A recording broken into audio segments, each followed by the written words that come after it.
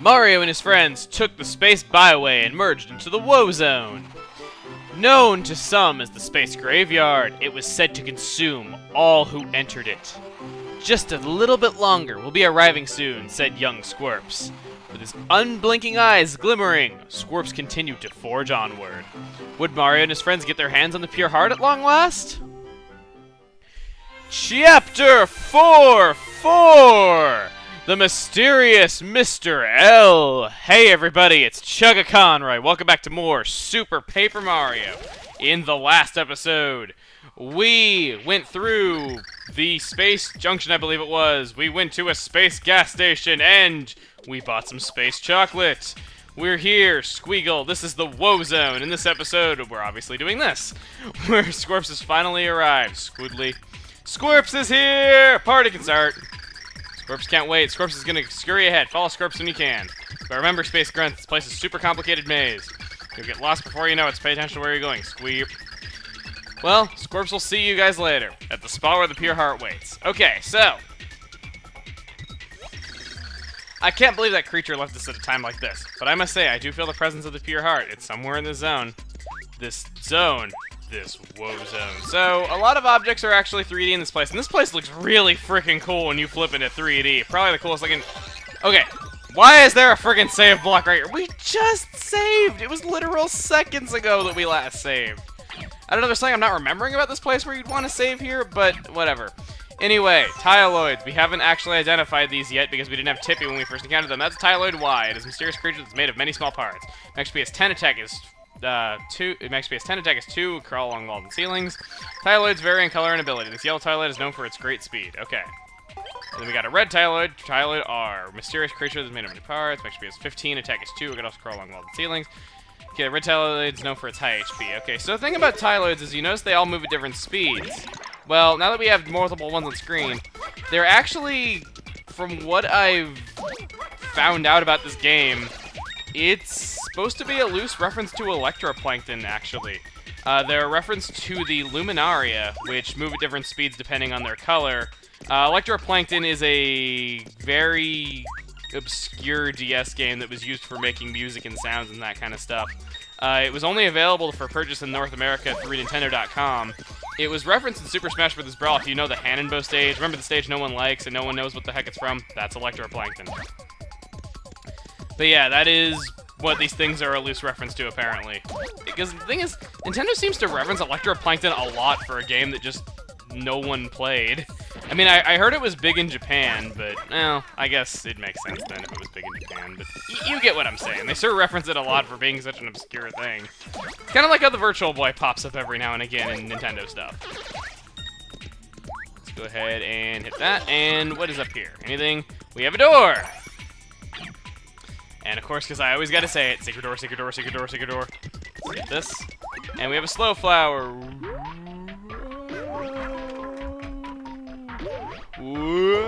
Come on, I shook. What the heck? Gimme.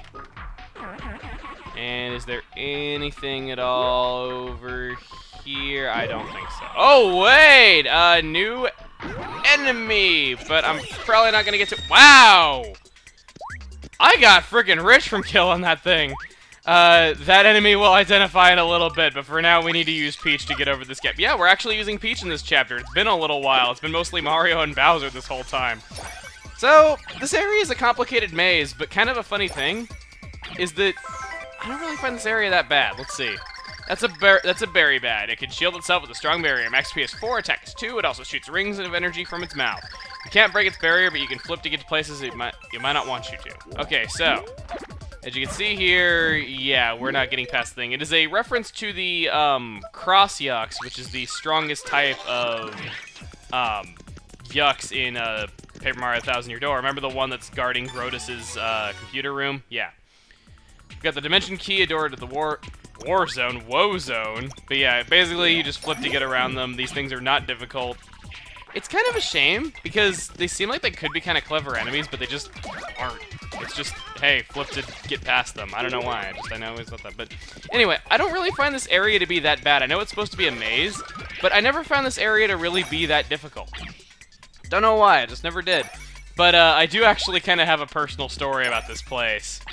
for those of you that are interested by that kind of stuff. And that was that on my first playthrough, I got up to this point, I think it was on the second... Actually, no. Hang on. I need to bio this enemy first. This bizarre beast is called a Piggorythm. Everything about it is just odd. Max P is unknown. Attack is 2. It takes 3 stomps to finish off this piggy, but each stomp makes it smaller and faster. It's very hard to stomp the last one. Piggorythms often drop many coins, so you may want to hunt them if you're broke. Okay. So they're a good way to get money. They bounce off of stuff, and yeah, they're really not that difficult to actually destroy, but yeah, anyway. The first day this game was out, I had played up to this point, actually, on the first day. And I remember that, I was really enjoying this game on the first day that it was out, and I remember that, this area is kind of long. It's not, I don't really find it difficult, but I find it to be kind of long. But, I had played through this whole area, and I hadn't saved since the save block right at the very start, and this was actually the first instance I had of my Wii actually, like, crashing, like, it actually froze. And I had to, like, do this whole chapter again, like, the first day this game was out, so I remember that was kind of one reason why I ended up not liking this chapter. I know a lot of people said they got lost in this area. I didn't get lost. Instead, I had to play it twice, and that was why I personally didn't like it at first. But honestly, it's cool looking, and when I got past that, which was, you know, not really the game's fault, it was just my bad luck. Wasn't so bad. But you might notice that these things move in different dimensions. They are 3D, and they are capable of moving in either dimension when you hit them. So, kind of interesting thing about Piggorythms, I suppose. They drop a lot of coins, of course, so... What do you know? We're hitting down to open the doors. Kind of odd.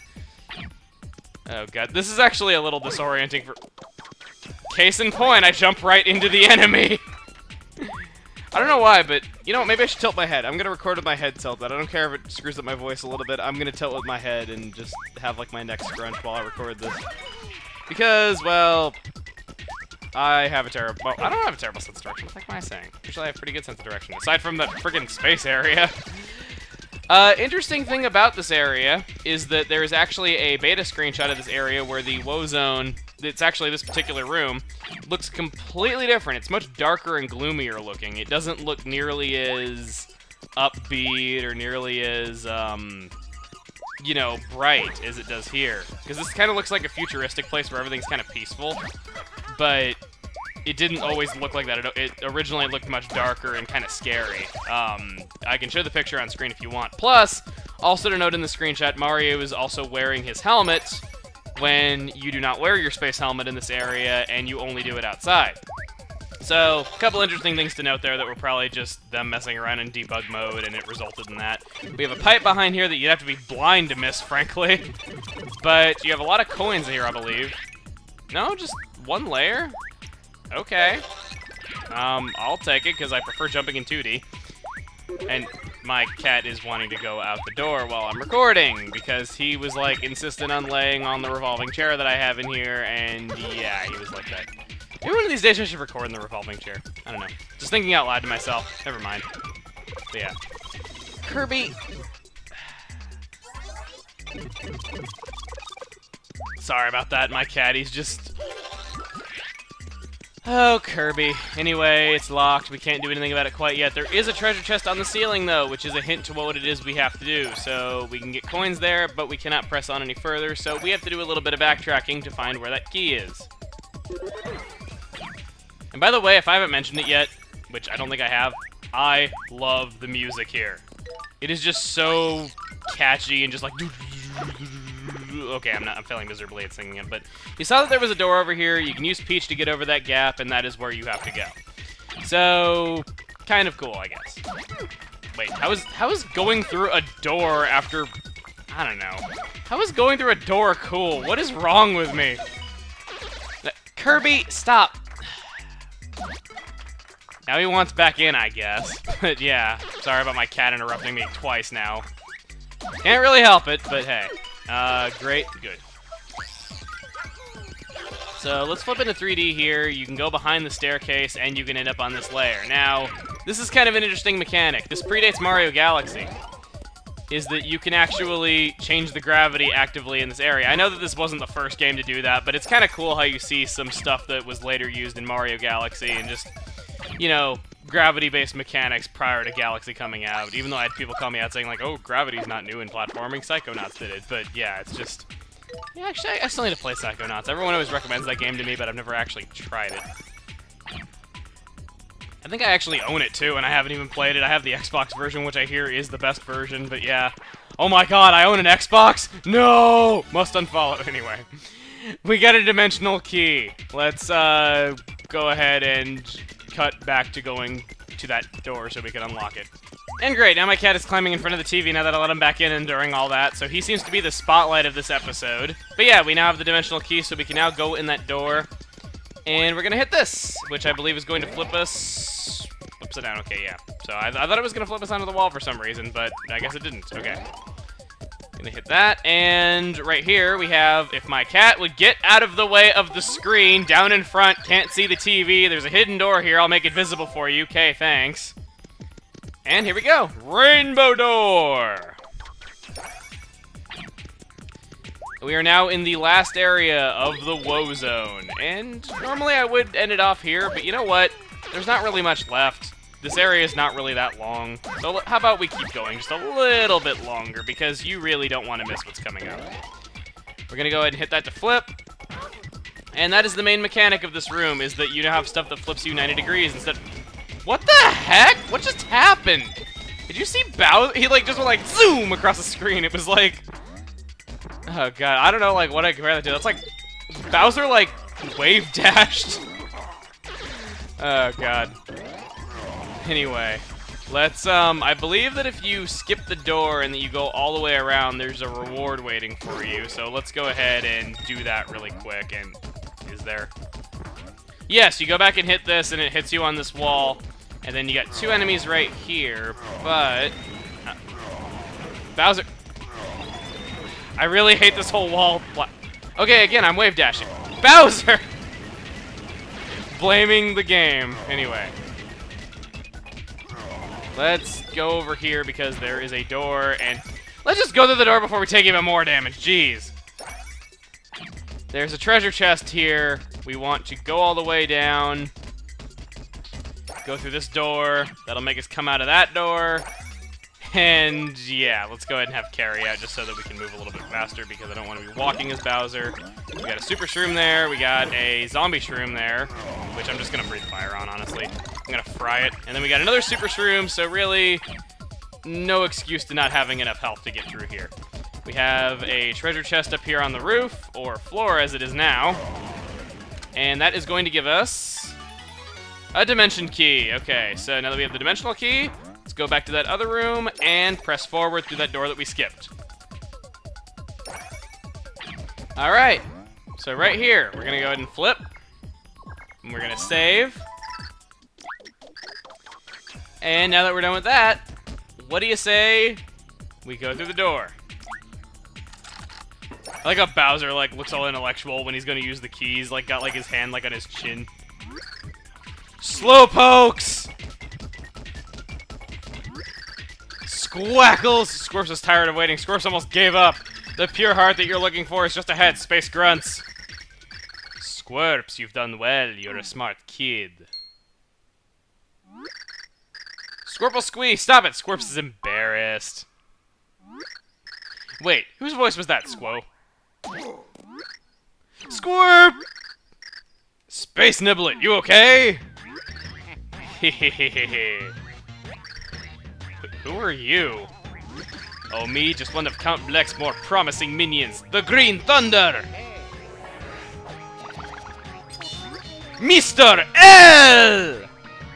Yes, Luigi has been brainwashed to act like this. Mr. L. Mr. L? What? I love that, he just kicks him. I don't need you to tell me it's a cool name, I know. Don't bother memorizing it.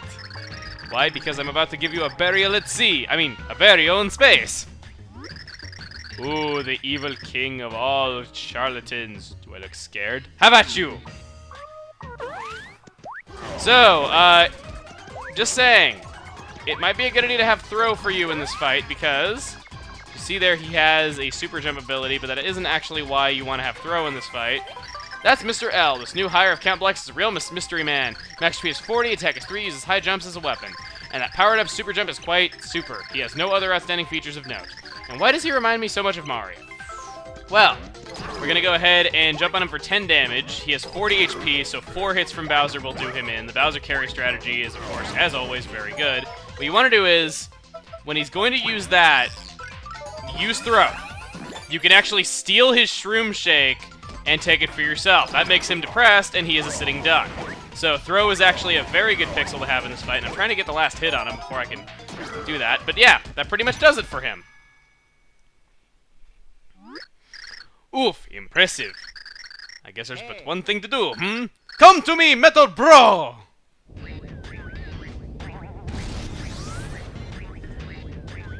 Sorry about your face, Bowser. Okay, it's fine. Haha, do you like him? This is my dear metal brother. He and I share a spiritual bond, you know. Yes, yes, his name is Brobot! Enough playing already. Now for pain! Now this is freaking awesome. The gravitational laws of space allows robots potentially to be fully realized. Hey, Mr. Gets foiled all the time by red guy with the mustache. I'll foil your face! So, I guess we're using Bowser for this. If you want to actually see his stats, they're actually kind of interesting. That's the Brobot. The Super Robot is one of Mr. L's creations. Max HP is 255, hexadecimal numbers for the win. Attack is 4, defense is 3, defense against fire is 6. It's loaded with different weapons that allow for attack from any angle. Just try to avoid its attacks and use Scorp's Beam when you get the chance. And try to grab a few Choco Bars that float by. Okay, so I'm gonna go and switch to Mario because I don't want to be as big of a target here. So you grab the Choco Bar and that makes you super powered and you do a lot more damage. And whoa, that's one of his attacks, is that he eats you. He chomps you up. That looks so funny. And then he just spits you out and that does 3 damage. Kind of anticlimactic, I do say so.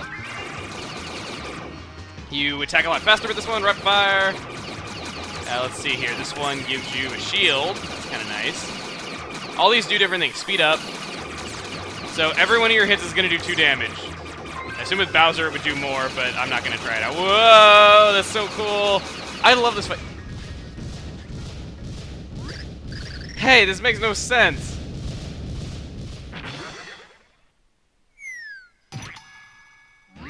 No, you beat Brobot. Ugh, I'll let you off the hook for the rest of the day, I suppose. But remember this. When Fortune smiles next, she'll smile right here on Mr. L. Ugh, that was awful, Squirp. We have to pull ourselves together, Space Grunts. The pure heart is ahead. Come on, Squinkles. Yeah. Okay. So that does it for Mr. L. We are about 8,500 experience away from reaching another level, so kind of unfortunate that we didn't, but let's go through.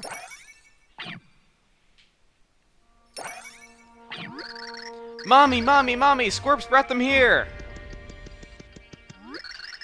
Oh, we're finally here. Come on! Say hi to Squirps' mommy, Squirp! Yeah, this is Squirps' mommy, a queen of Squirpia. Her name is Squirpina the 14th. The queen is your mother? So you are... Squirps is the prince of Squirpia, a once great kingdom. My true name is Squirp-Corogaline Squirpina. Oh. Sorry for not telling you. Squirps promised not to tell. It makes Squirps a target. Long ago, Squirps' mother was told that destruction would come to the world. And in order to protect us from destruction, we needed the pure heart. So Mommy hid the pure heart in the woe zone where no one could get to it. And so, 1,500 years ago, Squirps was put to sleep in a hibernation capsule. Squeep! Squirps was meant to bring the hero here, to protect the world, Squirple. Ah, so that's why. The Prince of Squirpia, Squirps, has a message from the Queen to deliver. I bestow upon you the pure heart and hope that you will save the world. Here, take it, Squirp.